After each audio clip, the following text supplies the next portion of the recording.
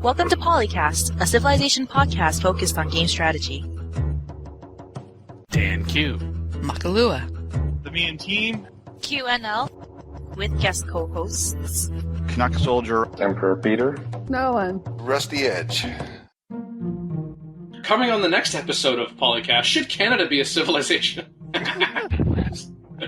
Yeah, once you open up that Pandora's box, then you got to open up Australia, friggin' Portugal, every other civ that's been slighted by not being in the game. Atlantis. Yes. Of course, you're listening to episode 112. I'm John CanuckSoldier Ryder, and of course we have our regular hosts, DanQ. It's getting shinier outside. Smile. And we have Makahlua, who will be with us shortly. I probably butchered that. It was pretty close, though, but it is a PolyCast tradition, so I actually would have been disappointed if you had pronounced it properly, so it's quite all right. Yeah, maybe in another 20 guest hostings I'll get it right. And we have Rusty Edge. The unsweetened QNL substitute. And Emperor Peter. I'm just going to go with hi, everyone. And then there's Gloria, Condor 223, Carson. Hey, this is Nolan. Well, after 6 years, Civilization 4 wins a Grammy for the Baba Yetu song. The gentleman, Christopher Tin, was the one who won the Grammy. I'm wondering why they're giving it for something that was released 6 years ago. Well, if you noticed in the article, it's talking about that he just put out his first album called Calling All Dawns. This is the first time he's actually put an album out, and Baba Yetu was one of the songs he decided to include on it, which is why. As far as the Grammys were concerned, it didn't exist until now. Yeah, it had to be on an album form, and I think it was released last year, wasn't it? So it was for the 2010 calendar year? Yep, that's right, yeah. Well, it was a rather nice surprise to find that he's done the nice work and it's recognized. I was wondering if maybe he could be encouraged to do future work for Civ. But will he be able to top Baba Yetu? I just don't know. It's great. I love that. That was one of my favorites. I know. It's kind of like if I wanted to do another internet show, I mean, how could I possibly top PolyCast? I mean, it's peaked and, oh, wait, no?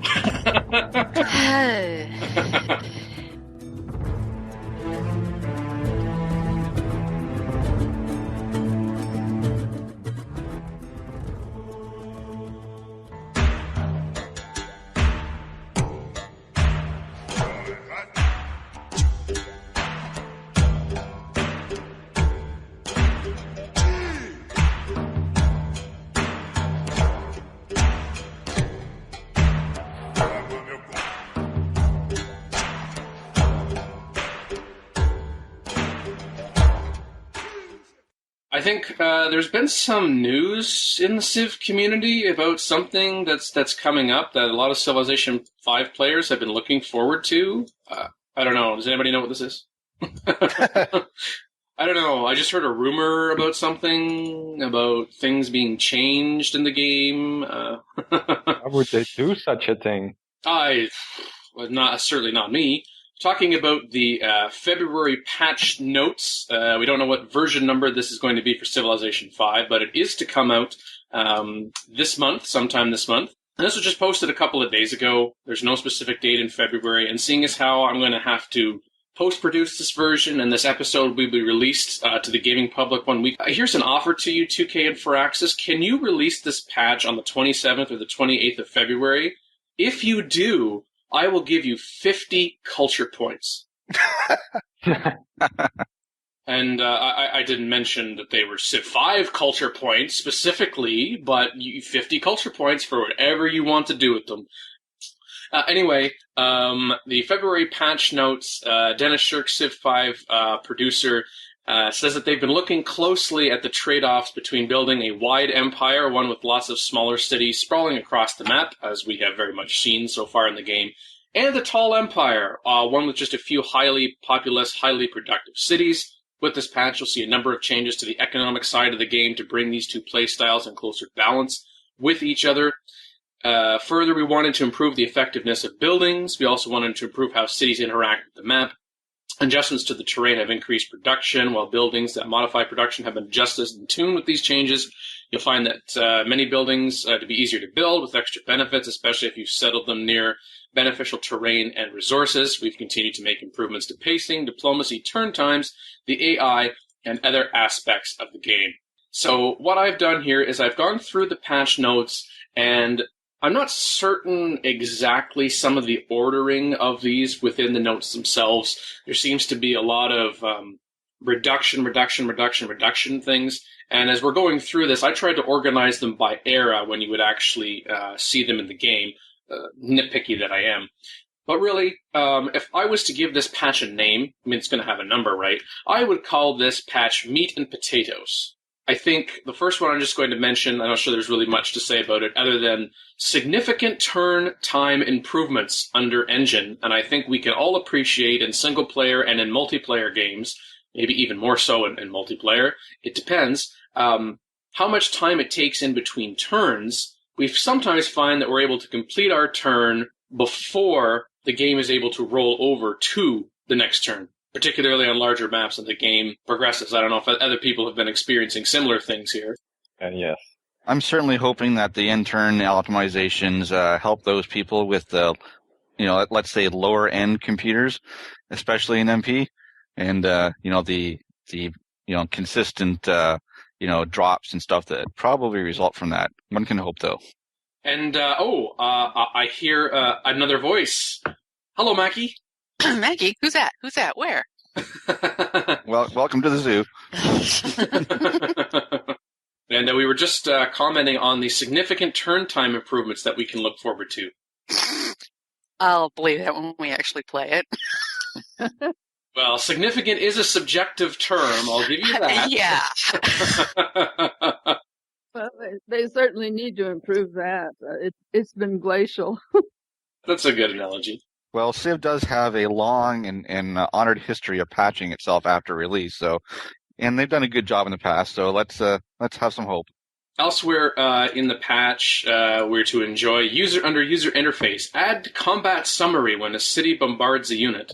Yeah, I like that. I'd like to know what the odds are here in terms of what type of damage I'm actually going to be able to inflict. It probably won't change whether or not I actually bombard something or the order necessarily if I choose to. Okay, am I going to attack with my unit first or am I going to bombard a unit first with a city?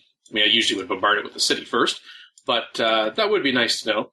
And that under that is denouncing, the new diplomatic status, denouncing, that displays on the turn that an AI Civ is denouncing the players. Gee whiz, I wonder what that means. Is it possibly a change of attitude? Is this meant to be a thermometer? A heads up, you're starting to be in trouble, or what do you think that is going to mean? Oh, wow, we wouldn't... we might not have to have a shrink added to the game to let us know what the AI is thinking about us and trying to interpret their wild mood swings. So now when we go into the diplomacy screen, we're going to see a little thermometer, and the higher it is, the more likely they are about to attack you? Yeah. Either that or, just or the thermometer of, how much they like you personally. That's all I'll say.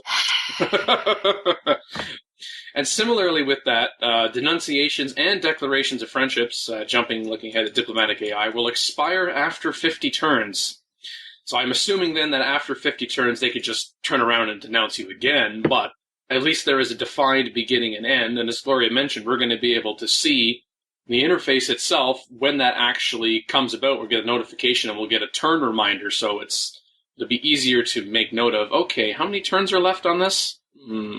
Well, that's a step forward from Civ 4, that you had diplomacy modifiers that never expired in 5,000 years.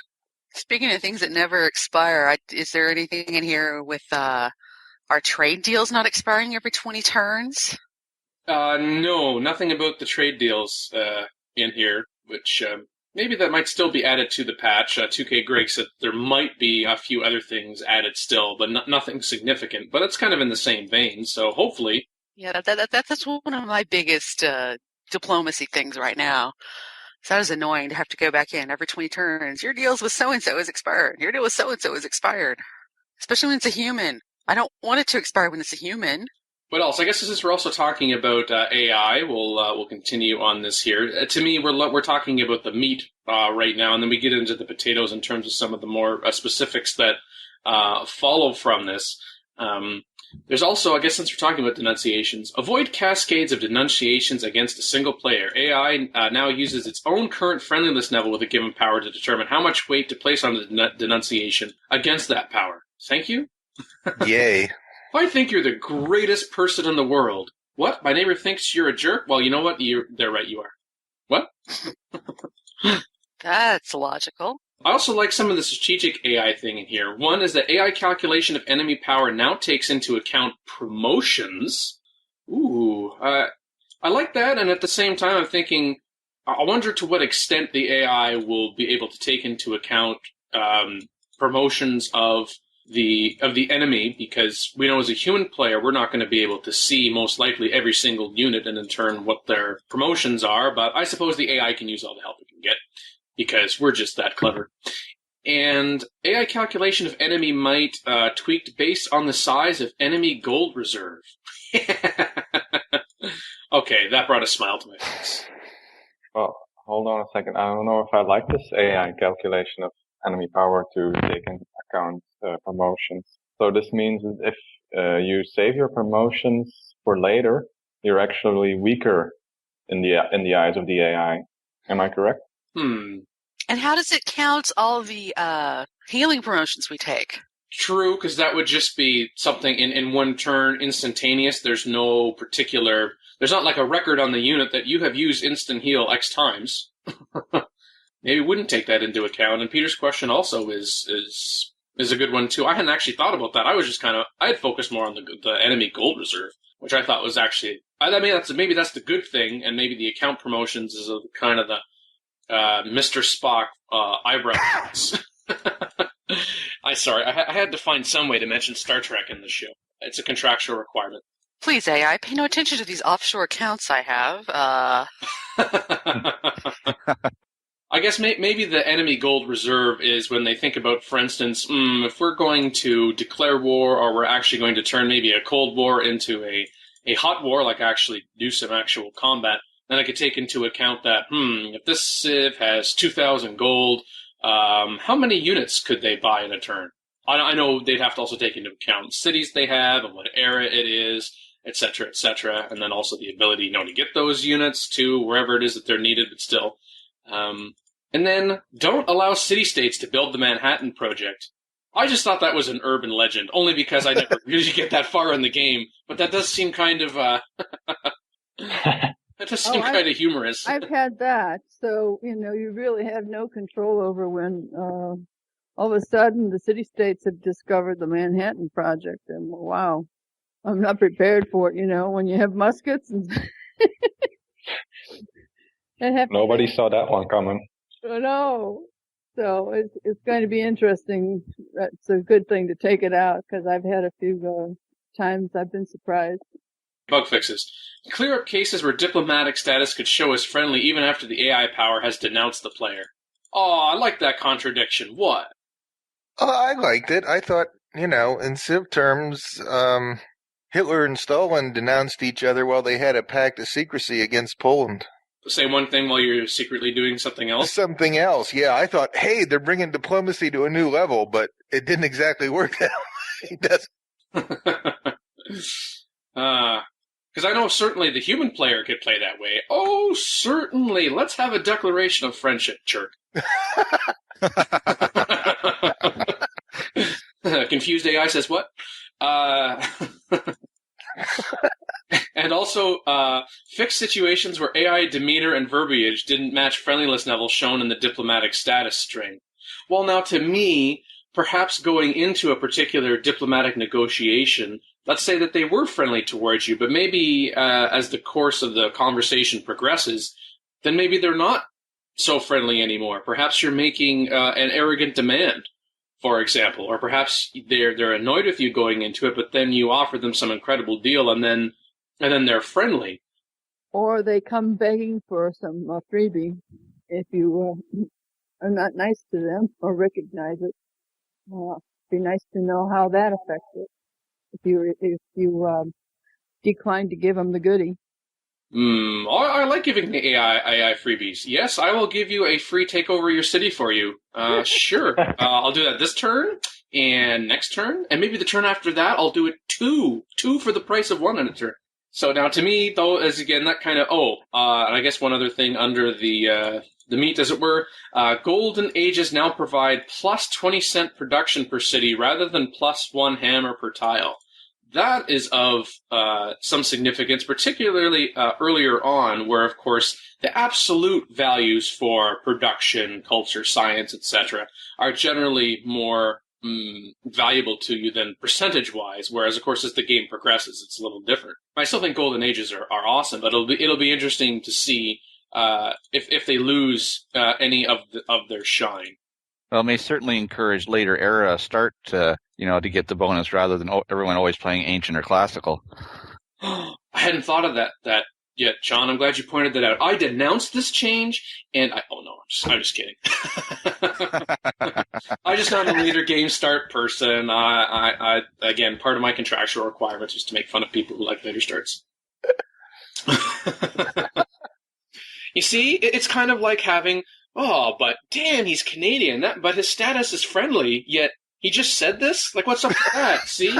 So I'm mimicking the behavior that we're talking about. Okay, anyway, maybe I'm overanalyzing this too much. He's a rogue Canadian. Oh, John, please don't report me to our intelligence agency. Well, I don't know. I'll have to report you maybe to the language police or something instead then. Oh, you're right. I got to be careful. What's this all about? Yeah, fail. What? I'm meeting language requirements of Canadians. I'm catching up here. I didn't say it enough. Okay, a boot. There, I'm caught up. There are also a number of balance changes that go into some more specifics, and I will turn it to one or more of my fellow panelists to say, is there something that you would like us to specifically start looking at, or even open it up to the people who are in the chat and listening to our Controlled Insanity? Which one or ones you would like us to go over first? I'll start with my fellow panelists. Where shall we start? How about the tile spacing between cities? It might work well for a single player, but I see it as a problem for multiplayer. More cooperative multiplayer than competitive multiplayer, I think. But yeah, it's going to have to change how you're placing your cities big time. I still think probably one of the reasons behind this, right, is to address Infinite City Sprawl ICS. So, although my first reaction was kind of, sad face, I think it's also kind of like, just like my initial reaction when horsemen were nerfed, and I was like, I have to start using swordsmen and long swordsmen more now? Sad face. I think this is going to be a good change, though. Yeah, not so much bombardment crossfire. Oh, yeah, it's nothing like having that nice little matrix. I've seen some screenshots of those, like in the funny Civ 5 screenshots thread. Just how, look at this, this unit, good luck trying to ever get to this city because the other 3 or 4 cities around it can bombard you, and look at that, if you're not dead, you're completely ineffectual. Please give me instant heal promotion, please give me instant heal promotion. Yeah, I'm not sure it'll be so bad for multiplayer. I think it'll definitely mean a lot of people will have to rethink their ancient strategies there. But I think after a while they'll get used to it. It is I think a good ICS counter, and I think in the end I think people will adjust. I think equally significant though would be the reduction in the core city tile, and people won't be able to do the early rush quite as much, as well as not planting a city on every luxury within 2 tiles. Oh yeah, you're right. Let's see what else on the patch list shall we highlight. There are so many things, we could probably have an entire episode on this patch. How about the new building, the aqueduct? The aqueduct. Yes, 40% of food is carried over after a new citizen is born, our entirely new building. I think it's kind of a continuation of further on to the granary, which is also getting changes in this patch with a reduced cost and a bonus 1 food for wheat, banana, or deer within the city. And Well, they mentioned that they're trying to balance. Dennis mentioned that they're trying to balance the wide versus tall empire, give tall empires a greater chance. So the aqueduct is consistent with that. And even if you're thinking about a wide empire, I wouldn't exclude being able to build an aqueduct. I wonder if you need to build a granary first before you build an aqueduct. Wasn't that the way in some previous Civ titles? I think that would make sense to me. It looks a lot like the granary from Civ 4, and remember, that was the best economic building in that game, so it's an important new building, I'd say. People are money. Money. And science and culture. More of all the good stuff. I think it'll definitely help. I mean, really, there's no real reason to build a lot of buildings right now. If you can make your city larger with an aqueduct, then I think people will take that, seriously considered anyway. I know a lot of people right now, all they do is they pump out settlers and then use their new cities to build some defensive or offensive armies and just keep going like that. The people that may not build very many buildings at all until they run out of space to plant cities, and then they go on the warpath. I'm going to try my hand at a bit of a segue here. Usually the buildings that I end up building are happiness buildings because I've been expanding and people aren't as happy as they used to be. So with that in mind, a classical building, Colosseum, happiness reduced to 3 from 4, but also reduced the maintenance to 2 gold from 3. So, okay, to me that has impact.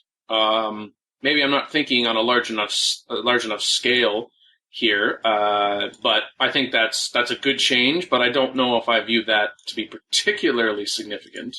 Well, they reduced an awful lot of goodies from 2.68, about 8 or 9 different items, reducing things or removing. Well, yeah, over a larger empire, if you're thinking, okay, my 10 cities used to be able to give me 40 happiness if I added a Colosseum. Now it's only 30.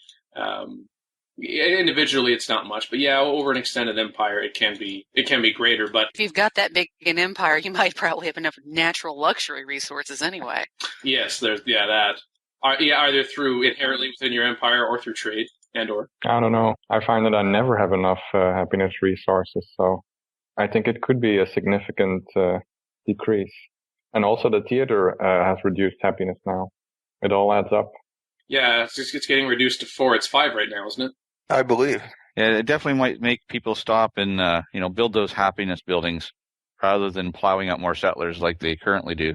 Maybe that, and have a few more roars rather than several, not necessarily several shorter ones, but kind of like okay, a little bit of war, stop, take a breather to get more happiness buildings now, in addition to just happiness buildings that we've got right now, get a chance to. Really, I know being in the positive territory for happiness is beneficial towards a golden age.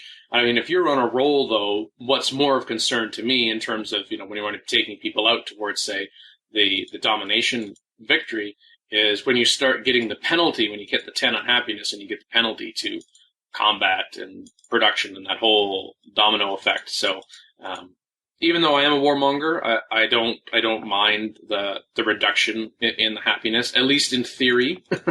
That's been outlined here. Let's see what other of interest of buildings here. Let's see. Market and Bazaar providing 2 gold as well as plus 25% in the city, but I tend to build markets only in, of course, right now, my larger cities, not only because of plus 25%, but they're more likely to be able to build them within a reasonable amount of time. Yeah, I still think buildings and units should be a little bit cheaper than they are. And like you said, you're going to wait for your large cities to build those, even though they have maybe a better bonus to them now. It still takes quite a few hammers to build these buildings. So you're making a choice. Do I build 3 more units or do I build a building? And really, most of the building changes, just at adding them up here, really come at the medieval and later stages, just in terms of numbers of buildings that have been changed. And so just as an example, perhaps some of the more, maybe some more of the significant ones that are mostly in what they've been quote-unquote reduced to. Like, for example, in industrial area, the factory will now require a workshop, and it'll add 3 production as a base, but now it will boost overall production by 25% as opposed to 50. But at the same time, you also get one more great person specialist slot. You'll get 2 instead of 1.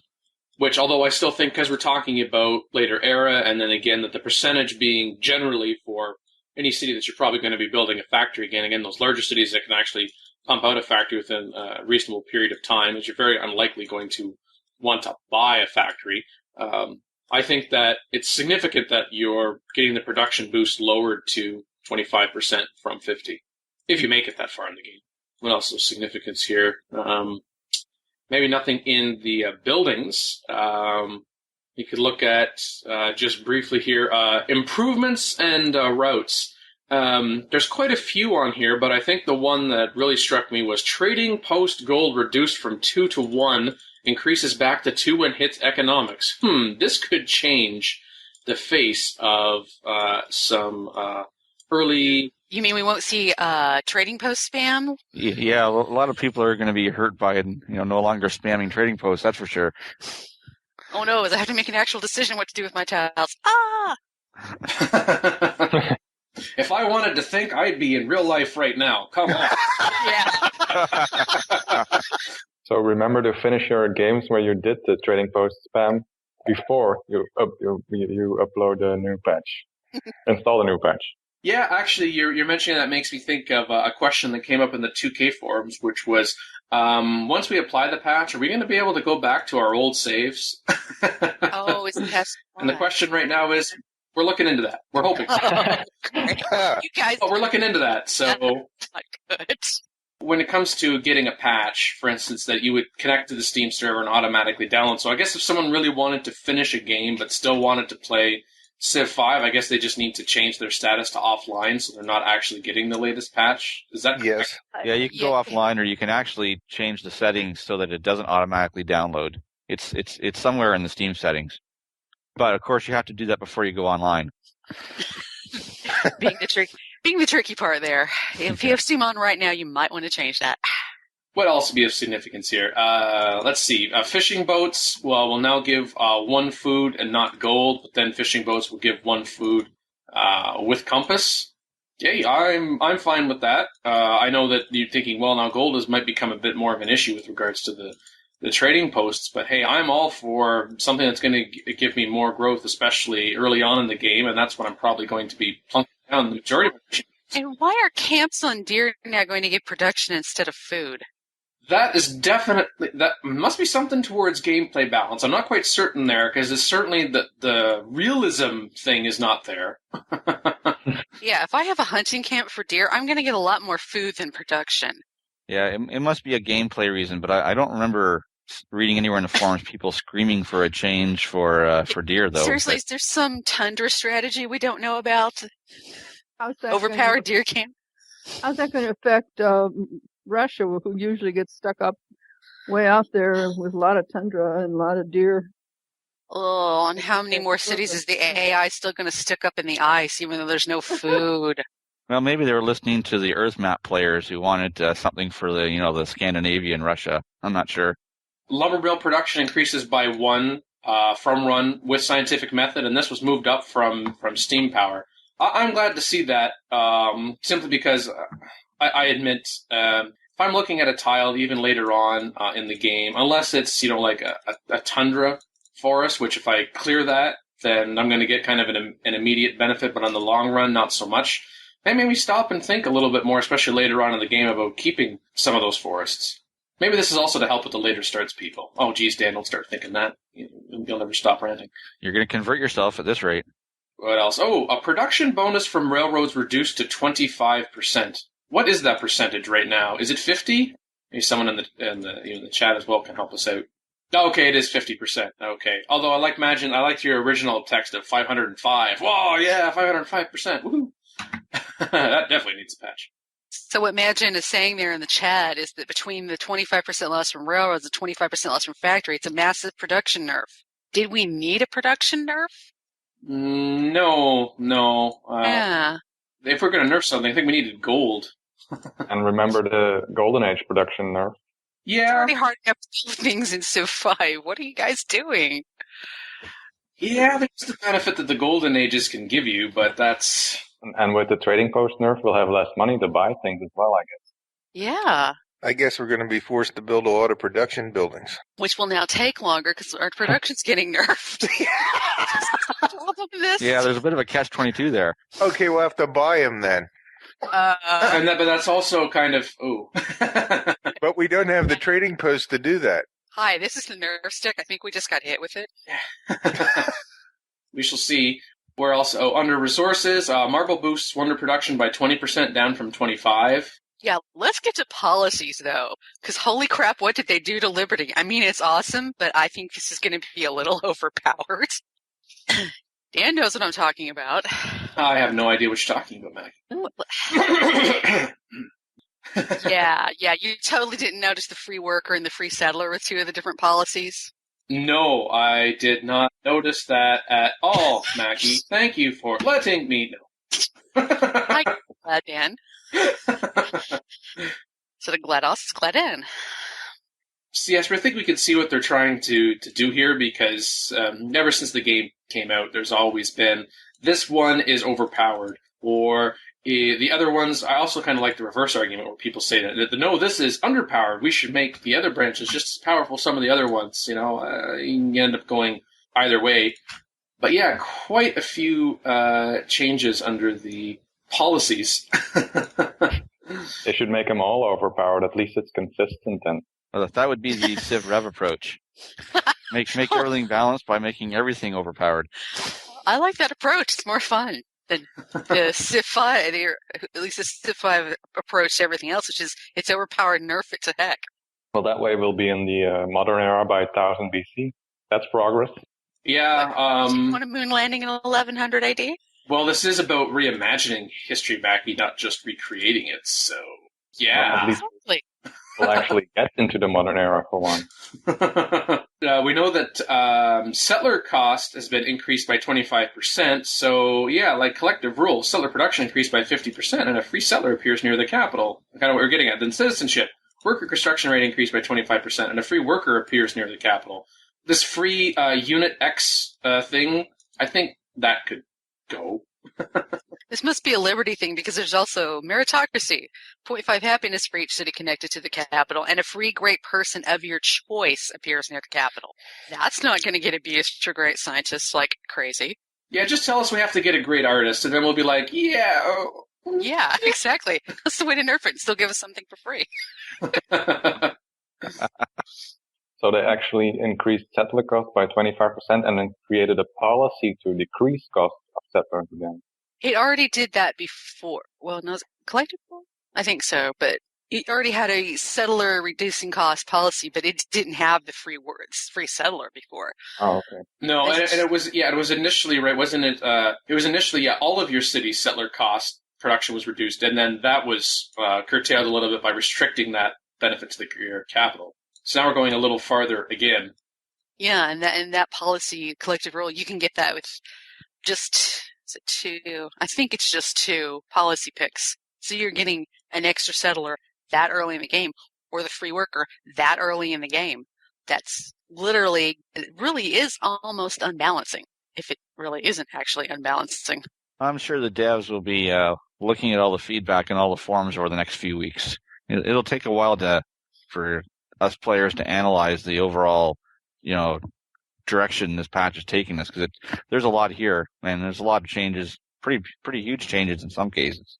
Yeah, and in a bit of a, treating each one of these policies in a vacuum, and we look at them, okay, this change in and of itself, and then, of course, we're often comparing that, understandably, to our gameplay experience so far, but then, okay, that, yes, there's this change, but then there's also this change and this change, like we've tied into about the reduction in the settler cost and then the policy change. And certainly there'll be even more feedback once that patch is released, because then we'll be able to see whether or not our analysis is consistent with regards to practice. Yeah, it's hard to see how the whole entire dynamics of everything affecting each other will work out. And of course, it'll also depend on each player's play style, because the game that Dan plays and the game that I play are two different things, and and this patch will affect them in different ways too.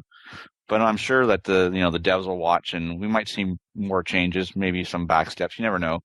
I thought there was a good, specifically talking about the patch overall here for a moment, I thought there was a good post from KB Biscuits on the 2K forums where he or she identified as having 4 main goals for this quote-unquote massive patch. Tweaking certain useless or cost-inefficient buildings to become much more viable to choose as an option to build now. And then the second one is about the tall versus wide empire. 3, discouraging the final and dying remnants of a once vibrant ICS strategy and tweaking certain once not so worthy bonus resources to become much more beneficial, quote unquote. I don't know if it's going to, yes, it'll discourage the final and dying remnants of a once vibrant ICS strategy. It remains to be seen whether or not ICS will truly be dead. But I think what seems like they're really pushing here is to try to bring some of the balance in terms of going for a particular victory condition other than a domination. But at the same time, that seems to be what they seem to be doing when they're insisting on, a lot of building changes and policy changes. Yet if we start looking at some of the other changes, like the reduction in the culture, for example, to the buildings that we mentioned, or the loss of some great people, particularly with regards to great artists, for example. There seems to be some things that are actually working against strategies other than, domination. So it seems like almost all the victory conditions are taking a hit one way or another, only that may be more significant to anything but a domination victory because of how dominant a domination victory often is in single-player or multiplayer. I was mentioned in the chat some good things that just we look at it and we say, yes, this is a good thing. And we've talked about, I think, some good things already. But of course, our human nature is it makes much more interesting listening and discussion if we talk about things that we don't like. Well, let's put on a little bit of happy face for a moment and talk about how now the Colossus Wonder is no longer obsoletes. Thank you. I might actually build it now. And they added Colossus what? Remember in Civ 4? And they've changed Angkor Wat now, so you don't just get a 25% discount for the culture, but 25% discount on the gold costs to get plots. And they did a very similar thing to the Russian Skripost, because used to it was just culture, now it's culture and gold discount. Yes, and the discount percentage for the culture is down. Like the Kripost, I think, is 50 right now, and now it's 25. And isn't it with Angkor Wat, isn't it like 75% right now in every city? It's like, whoa. It's a nerf, but they gave you both kinds. So if you put down a city and the city wasn't properly prioritizing to get to a tile that was, say, on your outermost ring that it could reach, this way, either with culture, it would get there fast, a little bit faster, or with gold, if you had it, since we still have some gold, even if it's going to be not as much with the trading post thing, but you can still buy out to it a little bit faster. But that's actually good with the Russian Krepos getting a little bit nerfed because, Catherine's borders go everywhere. Overall, it seems that the response is pretty good about these changes. Yes, the feedback has been generally positive to this point. Really, I think the common criticism is this is great, but how come there's not more?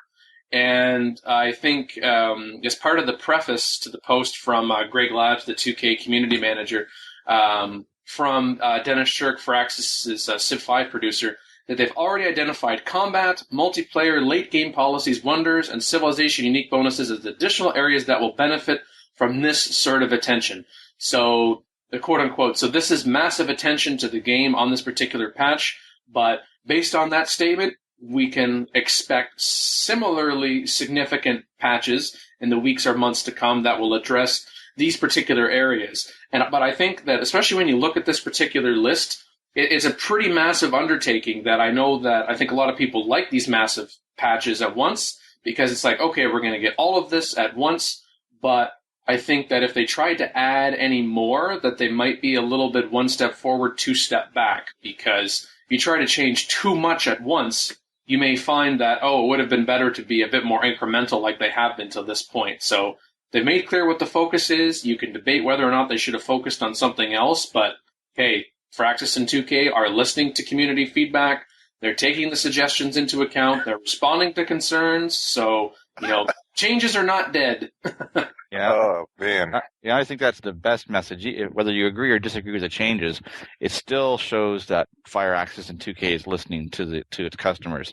And I think that in some minds that people thought that wasn't the case. This should help alleviate that for sure. I even saw one criticism that was, this patch is nice, but you're stealing all these ideas from mods. Well, weren't some of the mods intended to address some of the concerns for the game, and now Firaxis and 2K are saying, good point, let's make it official so people don't actually have to get a mod in order to get this change. Yeah, there's nothing wrong with stealing good ideas if they're good ideas, and making it an official patch makes Firaxis and 2K responsible for, supporting the patch, whereas, mods are just out there. It also makes them responsible if people later decide that this improvement sucks. Well, That's why this isn't the end of the patch line. something that's missing from this patch is any enhancement to multiplayer. Yeah. Well, Man, I want some more flexibility. Well, the MP programmer still hasn't been hired yet. That ad is still on the Firaxis site. So realistically, I wouldn't expect to see major core changes to multiplayer until you see that ad disappear. In fact, adding the DLC, I was pleasantly surprised that with their small remaining staff that they managed to code DLC and MP in there. Yeah, we had the thing earlier up in the engine having significant turn time improvements, and I hope that's going to carry over to multiplayer, but I don't know. Yeah, I'm hoping too that that'll help people, because it's hard to tell whether the problems with the number of players in an MP game are related to the core or whether they're related to people playing with low or mid-range, computers and not responding in time. There's no subjective way of determining that, but we'll see after this patch. If we think that, there's a significant improvement, then we know that there's a lot of low-end computers out there. Let's take up a collection for increasing the bait to get the network engineer hired. Yeah. Seriously. I'll put them on my Christmas card list. Yeah. I'll contribute to that. I'll give you 100 culture points. What? No? Too much? Dan, those don't exist outside of the game. I promise if they hire him, I won't kill him in a game. There you go. I won't kill you while you're testing your awesome code. I won't kill you in the game. I'll just decimate you next to nothing and make you want to quit, but I won't kill you. I won't take your capital, okay? Oh, no, that's the point. You got to attack another player. You're supposed to take their capital. It's their best city. Did we get the Allied Maritime City-States provide 3 food instead of 4 in the capital? I think that's a significant change. And many people did think Maritime City-States were a bit too powerful. So it seems like a good change to me. I'm sure we'll be readdressing this once people have a first-hand experience with the overall balance and have a little bit of judgment instead of just speculation. But, well, I'll let it at that.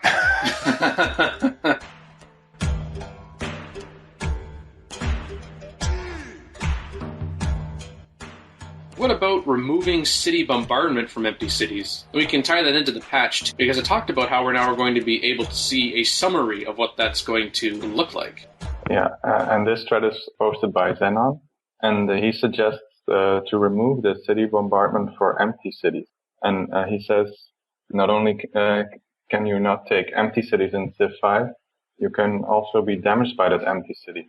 Why does Civ 5 allow cities with absolutely no military protection or basic walls/defenses bombard enemy units? Is it supposed to help against choking? Is it to encourage city spammers? I know you guys hate warmongers, but it's really ridiculous in the ancient and classical eras that you basically cannot take cities until you research ironworking and connected. In other words, this really forces players to spam cities. Spammer will completely overwhelm the other player with his research/technology, gold, and production. Couple that with France, unless that player does the same. Why bother making wonders or units until ironworking?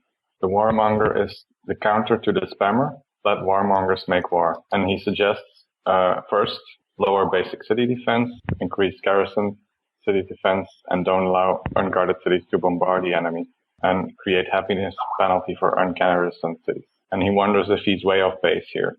Yes. Next topic. And, no. This is one of my favorite changes in Civ 5 is the fact that I don't have to garrison every freaking city. So that if I'm busy making war on one side of the map, I'm not going to get sneak and have somebody just go plunk, plunk, plunk, city, city, city on the other side of my empire. I was just so frustrating, and not the good kind of frustrating in Civ 4. Maybe it should be reduced if there's no garrison, or increased if there's a garrison, either way. But I don't, completely gone? No. Anybody who's had barbarians pop up on them in the first 50, 100 turns of the games knows why that is a bad thing. Do you really want to have your city conquered by barbarians in not 5 AD, but in 3000 BC? Only when I'm feeling masochistic. Exactly. I think the thread is a little misnamed. I think by the end of the thread, the real issue is the cost of plunking down cities, and the fact that garrison melee units don't do anything for your defense. And I think he's got that Xenon's got some valid points as far as that. I especially think that if I have a unit in there, it should add to the defense somehow. Otherwise, an archer's okay because you can bombard with it, but a spear in my city is useless. If it's going to die, the spear's dying with it for no good reason. Yeah, it's not like the spearmen can't put down their spears and go to the wall and start helping people wind up a catapult or pour boiling oil over the wall. Come on. There are plenty of things the melee unit could do realistically running around the city. Also, it's just more manpower.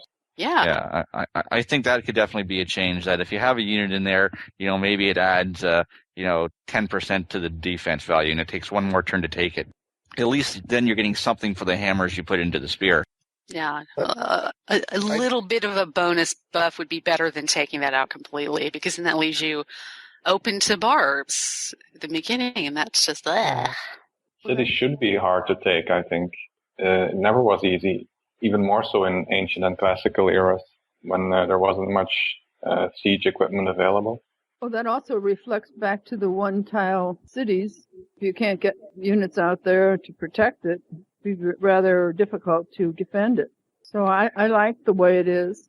Yeah, and the thread title about, empty cities. Well, the city's not empty. There are people there. It's You could assume there's a sort of militia. Yes, that's how I've always, in my mind, I'm thinking, okay, the city bombard is the militia attacking. Maybe that's actually maybe that's actually like an actual ranged combat, like it's represented in the game, but maybe it's something else in that. Maybe it's a little more, hand to hand. And hey, maybe early on the bombardment isn't anything fancy, but it's just everybody climbs up on the roof with a pile of rock and start chunking at things. It's still defense. Yeah, I think the only point he was trying to make is that if you do the math, it's less expensive to plunk cities down right now than it is to build units to take a city. So you got a better chance of just plunking cities. Oh, if you lose one, it's cheaper to make a new one than it is to defend it. And I think he's got a little bit of a valid point there in terms of the math of the situation. Yeah, but that's a balance issue. Yes, I agree. It is a balance issue. The cost of the settlers and the soldiers. And as Magin points out in the chat, to actually also tie it to our upcoming patch, what this could mean post-patch. Like if you go with the oligarchy path, where garrison units cost no maintenance, and cities with a garrison gain plus 100% ranged combat strength. There's a reason to garrison. Sure. And that's good. And I think that the argument, the discussion almost becomes more about should you garrison or should you not garrison, for example, as opposed to let's get rid of city bombard. Because I too join the chorus of thank you for having that in there, because it can mean the difference between a barbarian brute taking a city and your ability to either quickly build or quickly buy if really needed, or quickly move a unit back in order to be able to take the barbarian out. Yes, the city bombardment has benefit later on in the game beyond the initial barbarian consideration, but that's what I think of in terms of city bombard, is to just kind of get them to, if they actually are thinking about attacking that turn or the next turn or something like that, give a better chance for the city to not even just survive, of course, because, even if the unit actually does attack, the city itself has strength in addition to the ability to bombard the city. So the fact actually tying it into the patch, because there's the fact that if you actually garrison a unit in there, then you get, additional range strength. Hey, it's all good to go.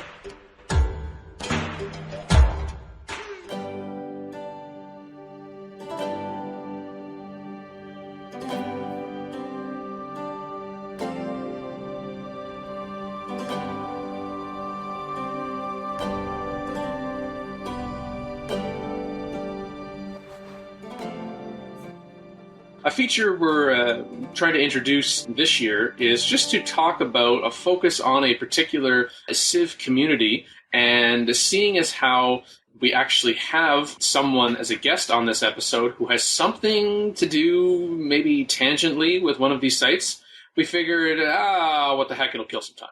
No, I'm just kidding. Again, John CanuckSoldier Ryder, who is also the administrator of CivPlayers, the CivPlayers League, which I think has been around for about a decade now, right? Yeah, we started up just shortly after Civ 3 Play the World came out. So 9.5 years or so. So, John, what can you tell us about the CivPlayer League? Basically, like anyone knows, when they have entered any of the Civ game lobbies and go to play a game, it's basically a free-for-all.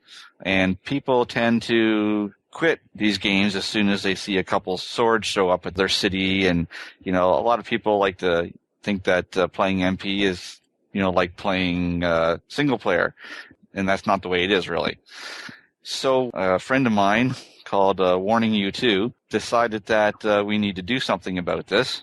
And so he created the first version of CivPlayers, and we went from there. We progressed through the Civ 3 Conquests. When Conquest came out, we actually had the first beta testers from the MP world. And, there was some growing pains with that because it had never happened before. No one had ever come along and said, look, there is an MP world. There's people who want to play this game in MP, and we're not just like the AI. That brought us into a lot of the very esteemed single-player sites like Apollonian and Civ Fanatics and all the other niche sites had never heard of us, and a lot of the key players until then. So since then, we've built ourselves a lot of build bridges. I believe strongly in building bridges with all the entire Civ community, and I think we've come to a point now where we've coded our own site from scratch. My co-owner Scott, Death to All Forum, he's done a really good job in coding our new site, and we're still working on expanding it, just like most sites do, and we actually were listed on the 2K fan site list without having to ask them when Civ 5 came out for the first time. So I think we've garnered more of a place in the fan site world lately.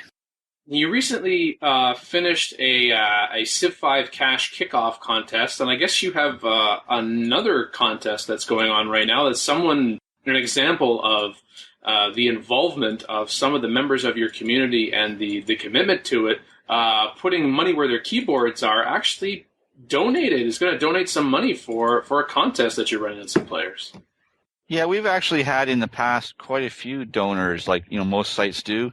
For the most part, in the past, they've wanted to remain anonymous. Here's a couple $100 to pay the rent, sort of thing, because we really appreciate what you guys are doing, and we know you put a lot of your free time into this, and they just donate the cash behind the scenes. Lately, yes, we've had people that have gone out and said, look, I want to help with the launch of Civ 5, and I'm willing to donate some of my cash to run a contest, in order to attract, more players, give that little, kick in the butt to get it going. And that seems to be catching on. We had our cash kickoff contest. It just finished a few weeks ago, and we've handed out the money. And I can say that while not everyone cares about a couple $100, it definitely did put a little icing on the cake for some people. And yes, we've had another member who wants to put some cash in for a Civ 4 tournament coming up. I think he's picked his birth date in November as the day he wants to do that. And we're quite happy to entertain those things. From Colonel Mustard, what's CCC or Triple C, and what's the level of play that comes with that? I'll answer the first the question that's easiest. The CCC is the Clan Championship Cup. Basically, what happened as we evolved is we started out as just offering a ranking for random lobby games. So anyone could join our league, play random lobby games, and then afterwards the winner would report them. Everyone gets ranked. You gain and lose skill, etc. And then after a while, people decided to form clans. Which is actually a very good thing for the MP community. Clans form probably the core of the, for lack of a better term, elite players, or players, far above the bell curve. And those organizations, we don't really regulate them and how they play or anything, but we support them existing, and we offer this Clan Championship Cup approximately once every 6 weeks, where all the clans get together and they bash each other into non-existence for a weekend. The good thing about it is that these clans with their elite players are there, and they show the new players that there's something to do, something to stretch for. I'm not very good, but those guys are very good. If they let me into their clan, they're going to train me, and I'm going to get better. And we all enjoy these weekends. If someone wants to get involved in CivPlayers, what would be your recommendation? Everyone starts out as a new player or as a noob in slang, and there's really no better way of learning than just jumping in and playing. And in Civ 5, because there's no open lobby like in past games, which is unfortunate, we operate a Steam chat, and we operate that for everyone. Whether you want to join the league or not, you can come and use our Steam chat to find games. A lot of our league players will even play open games just to attract new players or show people that the difference is in MP and how much fun it can be. Give it a shot. All right. Well, thank you, John. And again, that address for CivPlayers League is over at CivPlayers.com.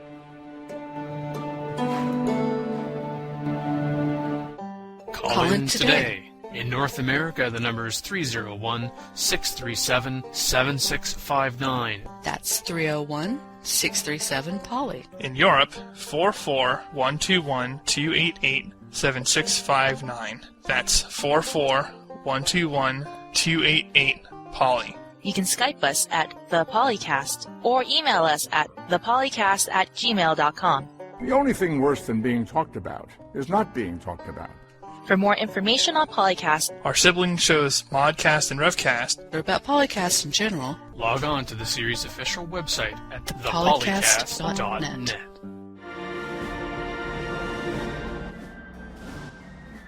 Peter? Oh, I'm sorry. That's okay. You didn't want the show to end. I understand. Yeah, that was it. You've been listening to PolyCast episode 112. With you were Douglas Rusty Edge Smith. It's been a pleasure live. John CanuckSoldier Ryder. It's been a pleasure again. Gloria Carson. Yes, this is Nolan. It's been fun again. And Makahlua. I think I pronounced it right. Yes, for once, someone gets it right. Yes. I'm going to be off in search of caffeine now, thanks. Stop sucking up. And last but Daniel. Life is a highway, and so is Civ. I want to ride it all night long. It'll cost you. Is a toll? Is that your best tagline? One more Costing turn. me some sanity. One more turn, Dan.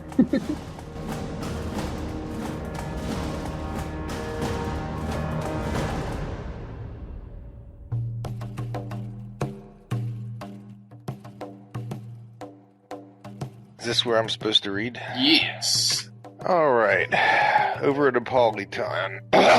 It's the Polton. I'm sorry. That's okay. It's just like with Mac. You can just say Poly, and then you're always good to go. I was thinking very hard about that. I guess maybe we've... Topic dead. Move Topic on. dead. Yeah, I guess it's Agreed. exhausted. I think perhaps we may have a caller in here, as it were, and for some reason, that's the window I closed, was the chat window. Oops. Good job, Dan. Crap.